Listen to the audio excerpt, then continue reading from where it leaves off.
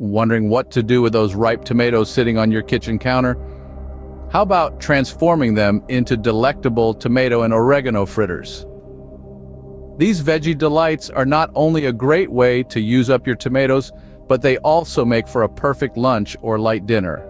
To whip up these tasty fritters, you'll need the following ingredients: 500 grams of ripe tomatoes, finely chopped. 50 grams of lighter Greek-style salad cheese, crumbled. A small handful of oregano leaves, picked and finely chopped. Half a red onion, finely chopped. 150 grams of plain flour. 1 teaspoon of baking powder. 2 tablespoons of olive oil. A small handful of dill, finely chopped.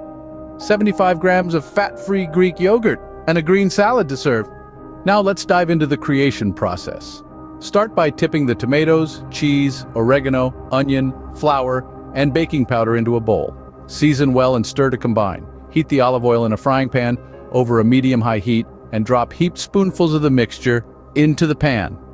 Flatten slightly with a spatula or the back of a spoon and fry over a medium heat for 4 to 5 minutes on each side until golden and cooked through. You'll likely need to do this in 2 batches. While the fritters are cooking, combine the dill and yogurt, seasoned to taste. This will be your creamy dip to complement the fritters. Serve along with a fresh green salad to add a crunchy contrast to your meal.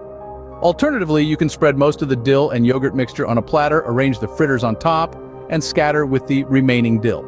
And there you have it, a simple and delicious way to turn ripe tomatoes into a delightful meal. These tomato and oregano fritters are not only flavorful, but also packed with nutrients. So, the next time you find yourself with a surplus of ripe tomatoes, remember this recipe and treat yourself to a mouth-watering meal. Enjoy!